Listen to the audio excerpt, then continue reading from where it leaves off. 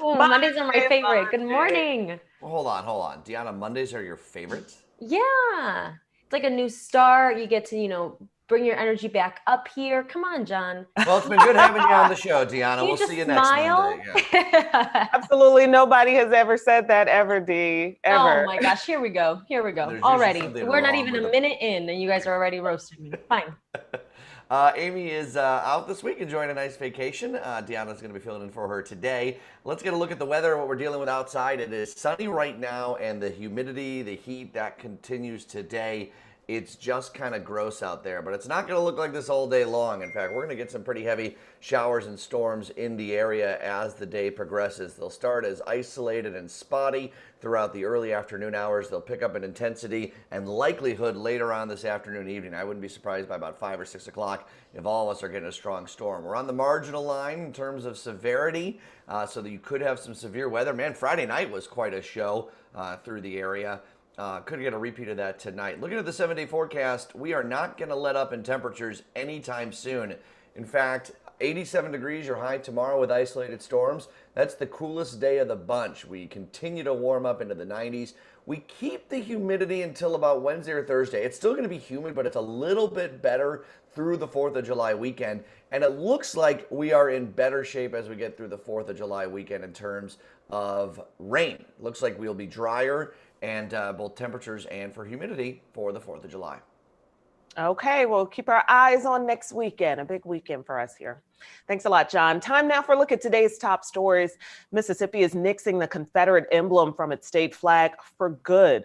Now, lawmakers decided the racist symbol will lose its official status this week. However, they'll lose the official status this week after more than 100 years. Now, a new flag that reads "In God We Trust" is in the works. People will actually vote on the state's new flag in November's upcoming election. So this is interesting. They're going to let the people decide. Yeah, it was by a pretty overwhelming It vote, was, too. yeah. And I know Yeah, yeah, that yeah. surprised a lot of people, but Mississippi has a very considerable black population. One of the highest numbers of African Americans living in the state of Mississippi. So it doesn't shock me all that much. I think it's a move forward. I think it's a step, obviously, in the right direction. It will be interesting to see as we add one more contentious item to a ballot in November what happens with folks. And again, this will be a politically charged issue, which it really shouldn't be, in my opinion. And I I don't think it's know. really, oh, go ahead, Felicia. Go ahead. I was just going to add to John's point. Thank you, Deanna. I don't know if it is going to be because a lot of the Black people tend to live together. So I don't know if it's going to be the different counties, the majority of the counties. I'm not sure how the vote is going to work because even if they have a large Black population, well, are they living all together so that it's only one or two counties that end up, voting for this? Yeah, Yeah, no, I'll I have to was just look. going to say that it's interesting how now we're starting to have the conversation of what the Confederate flag actually is, because a lot of people were confused on the meaning of it. They didn't know kind of what it really stood for. And at least now we're having those intelligent conversations and educating everyone else about really what it means for our country. Mhm. Next story here, Boeing may begin testing its 737 MAX airplanes as soon as today. The FAA will test the plane's new software to see if it meets federal safety requirements. The 737 MAX was grounded after two crashes killed 364 people in March of 2019. Yeah, They got those to get this two. right. Yeah, those two high-profile crashes obviously grounded it. It's been grounded since. But they say that they're going to have like a Boeing expert pilot on these test flights. By all intents and purposes, it is a safe plane. It's just a matter of are the pilots properly trained in all the new systems on this? That seems to be, from the investigation of the two crashes, the major problem. Not necessarily the airworthiness of the plane itself, but on pilots knowing how to react and respond. It's ridiculous that these pilots that unfortunately lost their lives were not properly trained ahead of time, so not all the safety measures were in place.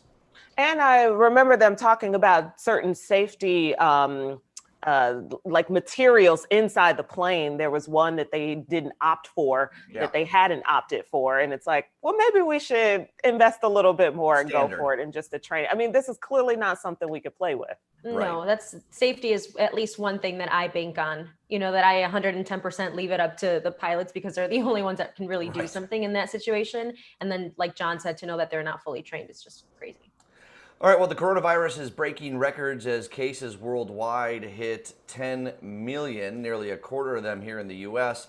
About 500,000 people have died from the virus worldwide now. Here in Illinois, more than 141,000 people have tested positive for the virus. Nearly 6,900 people have died, of course. This weekend, we continue to see, I wouldn't say higher numbers, kind of sustained numbers from where we were a week before. Testing remained high, though, in Illinois. We had over 25,000 tests both days of the weekend. The positivity rate remains low, and I just checked with the Illinois Department of Public Health on those metrics, and hospitalization availability, ICU availability, still really in good shape for Illinois. So locally, we're great while we continue to see these spikes in other states. So certainly not going away, even as we're now into phase 4. Yeah. This is our first weekend with phase 4. It was crowded. I was out. It was crowded. Were people wearing masks, Felicia?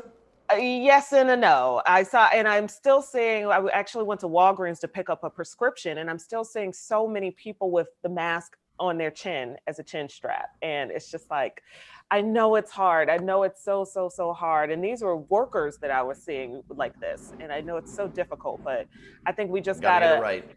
As we reopen, we still gotta keep practicing some of the same things we've been doing. Yeah, absolutely.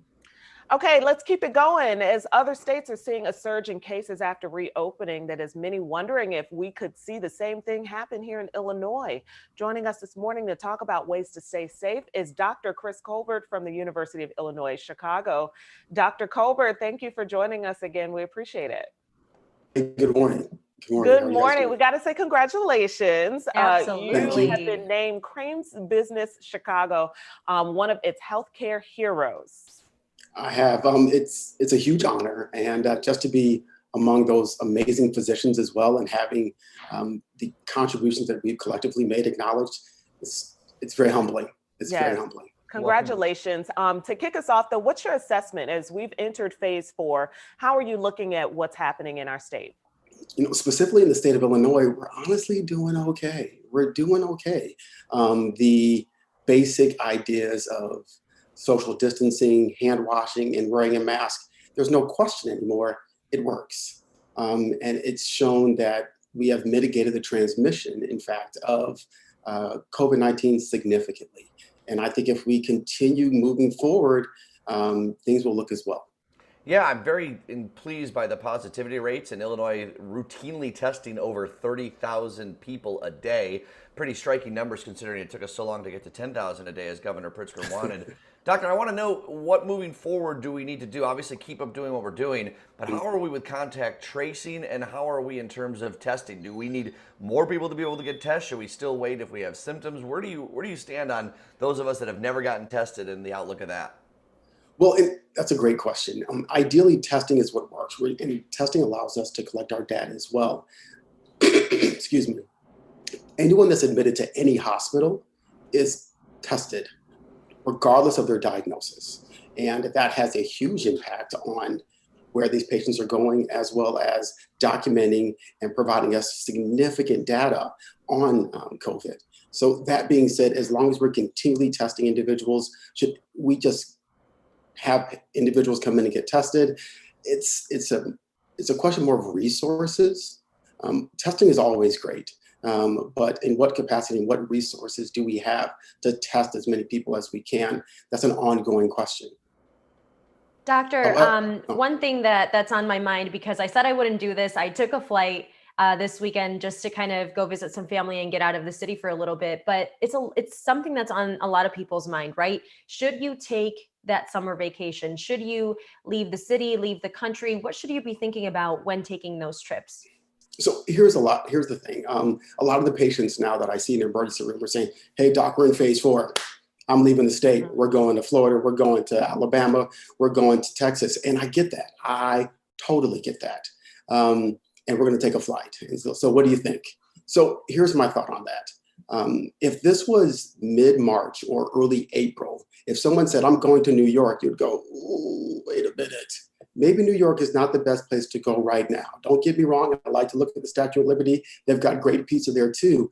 However, maybe right now is not the ideal time to go to New York or go to Chicago. So look at us, look at Chicago now, look at New York now, better states. So when patients ask, or there's a conversation of where should I go, I always ask, you may not want to go to Texas right now.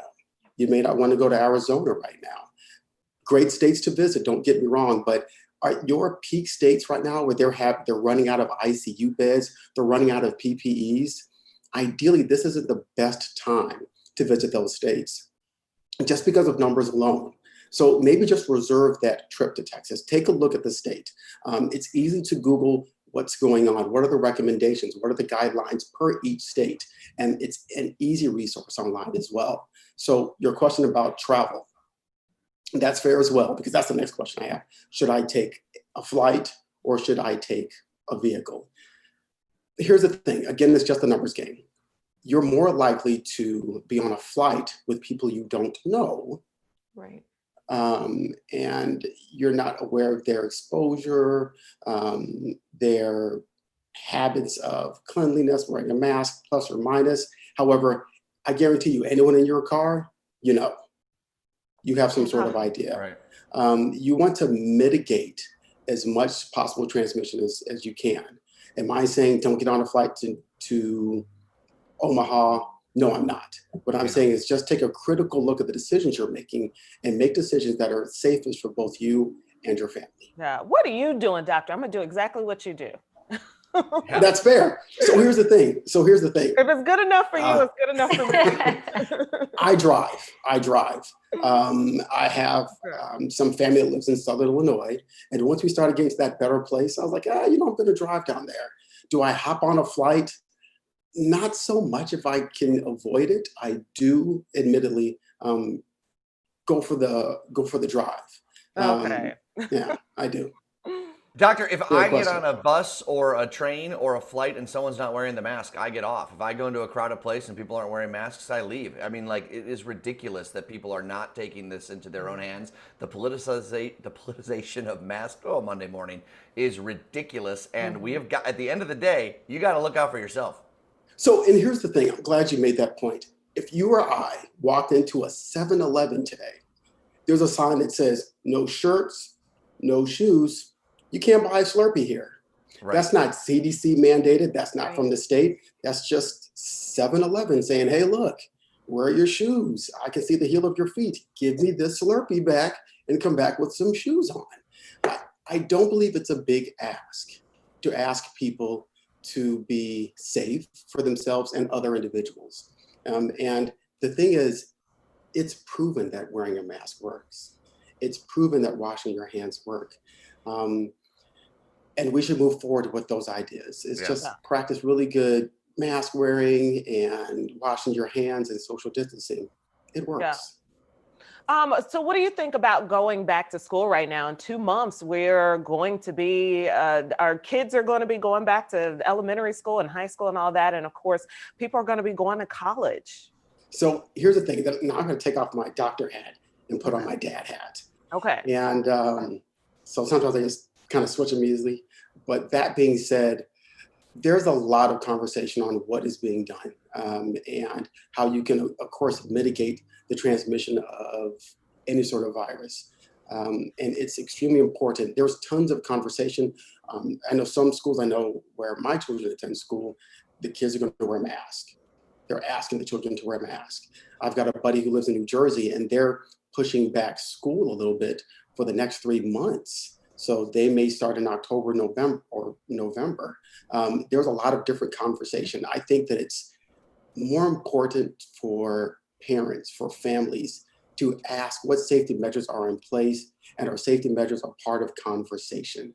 What are they doing at University of Illinois? What are they doing at Northwestern? What are they doing at Notre Dame?